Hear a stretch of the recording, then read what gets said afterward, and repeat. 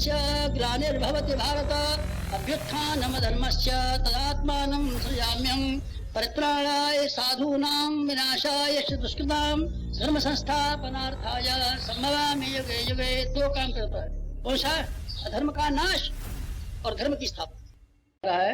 या मौत और जिंदगी के बीच में से एक का चुनाव करना पड़ेगा। अब जिन परिस्थितियों में मनुष्य रह रहा है और जिस रास्ते पर चल रहा है उस पर मौत के अलावा दूसरी चीज हमको दिखाई नहीं पड़ती। कैसे दिखाई नहीं पड़ती?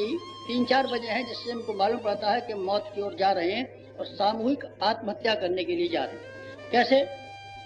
इसीलिए कह रहा हूँ बेटे में कि हथियार जो बन रहे हैं, हथियारों के महकमे में आप जा करके देखिए तो ऐसे हथियार बन रहे हैं जो लाठी नहीं है, बंदूक नहीं है, तलवार नहीं है, तमंचे नहीं है, बल्कि ऐसे हथियार हैं कि ऊपर से यहाँ से हजारों मील दूर जा करके कोई एक आदमी एक रॉकेट छोड़ सकता है, एक बम छोड़ सकता है, एक हाइड्रोजन बम छोड़ सकता है और ऐसी गैस छोड़ सकता है कि सारे के सारे इलाके के आदमी का सफाया हो जाए, पता ही नहीं चले, हत्याकांड भी न हो, मारकाट भी न हो, सब जहाँ के तहाँ सोते हुए रह जाए।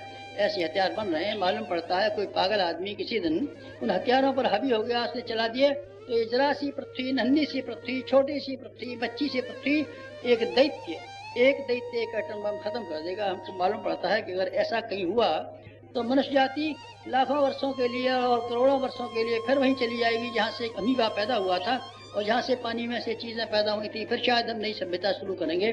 ऐसे वक्त में हम और आप रह रहे हैं। हम और आप ऐसे वक्त में रह रहे हैं। इंसान का स्वार्थ बेहिसाब से बढ़ता हुआ चला जा रहा है। आदमी समझदार तो बहुत होता जा रहा है, अकलमंद तो बहुत होता जा रहा है। आदमी पत्थर का बनता जा रहा है।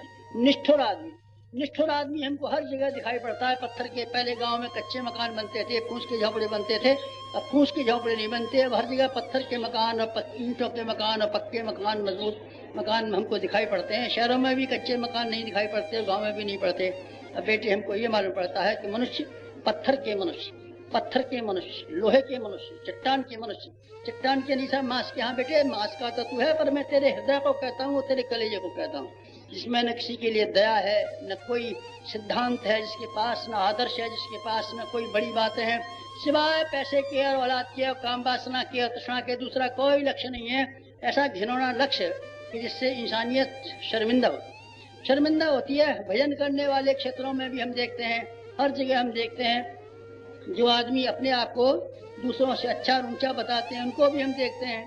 राष्ट्रीयता की दुहाई देने वालों को भी देखते हैं और सामाजिकता की दुहाई देने वालों को भी देखते हैं। और हम बहुत शर्मिंदा हैं। हम अध्यात्मवादी, अध्यात्म के नाम पर हम लोहे के आदमी और पत्थर के आदमी और चट्टान के आदमी हैं। आदमी अगर चट्टानों के बनते चले गए तो आदमी के भीतर से मोहब्बत चली जाएगी और मोहब्बत चले जाने के बाद में सहकारिता चली जाएगी और स्नेह चला जाएगा और स्नेह और सहकारिता चली जाएगी। इसके बाद में ईमानदारी चली जाएगी और भलमनसाहत चली जाएगी। फिर क्या हो जाएगा? आदमी की बराबर खौफनाक जानवर दुनिया के पर्दे पे कोई नहीं है। शेर होता तो है, मारकाट में तो ताकत बहुत होती है, पर बेअकल होता है और बेवकूफ होता है। हाथी ताकतवर तो बहुत होता है पर बेअकल होता है और बेवकूफ होता है। लेकिन आदमी इतना समझदार है कि उसको दांत से किसी के पेट में मुंह खंगा करके खून पीने की जरूरत नहीं है।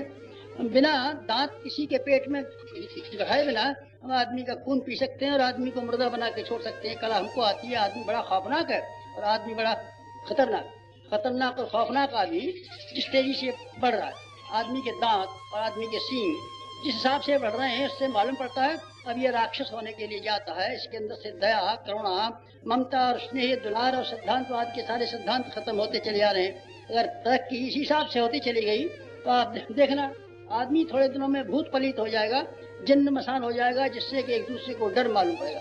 आदमी को देख करके डर मालूम पड़ेगा। आदमी जा रहा है, अरे आदमी जा रहा है, होशियार है ना, ऐसा मालूम पड़ेगा। बेटे, आदमी को देख करके हिम्मत बनती थी कि आदमी आ गया, हमारी सहायता कर सकता है और हम एक से दो हो गए नहीं बेटे। अब हमको भय मालूम पड़ता है कहीं ऐसा न हो कि हमारे साथ साथ चलता है यही हमारे लिए पिशाच का काम करे और हमारे लिए किसका काम करे। रेलगाड़ी के डिब्बे में हम बैठते हैं और पास में बैठा हुआ आदमी रहता है। बार बार हम देखते हैं ये हमारा कोई जेब कट तो नहीं है। बार बार ऐसे, भाई साहब कहाँ से आए आप, कहाँ से आए, कहाँ जाएंगे भाई साहब, कैसे जाएंगे। देखते रहते हैं हमारी गले की जंजीर ने काट ले जाए और हमारे जेब में काट ले जाए। आदमी से डर। और यही तरक्की अगर होती रही इसी हिसाब से, सिद्धांतहीन आदमी, आदर्शहीन आदमी अगर बढ़ता रहा, समझदारी इसकी बढ़ती रही, शिक्षा इसकी बढ़ती रही, एमए ये करता रहा, तो आदमी खा जाएगा, एक आदमी को अब जिंदा नहीं रहेगा। इन आदमियों की वजह से आज नरक बनेंगे। जहाँ कहीं जिस घर में ये आदमी रहेंगे उस घर को नरक बना करके छोड़ेंगे। जिस मोहल्ले में रहेंगे, जिस गांव में रहेंगे, जिस नगर में रहेंगे, जिस देश में रहेंगे, उसको सफाया करके रहेंगे। बेटे ऐसी एक परिस्थिति सामने आ रही है कि हमको मालूम पड़ता है दुनिया अब मरने के लिए जा रही है। जो आदमी की तरक्की हो रही है, तरक्की, ये आदमी की तरक्की मुझे ऐसी मालूम पड़ता है कि इससे तो हमारा पिछड़ापन लाख दर्जे अच्छा था। ये तरक्की बड़ी मुझे खौफनाक मालूम पड़ती है। इसलिए मालूम पड़ता है हम किसी भयानक युग की और दिशा में चले जा रहे हैं। बेटे एक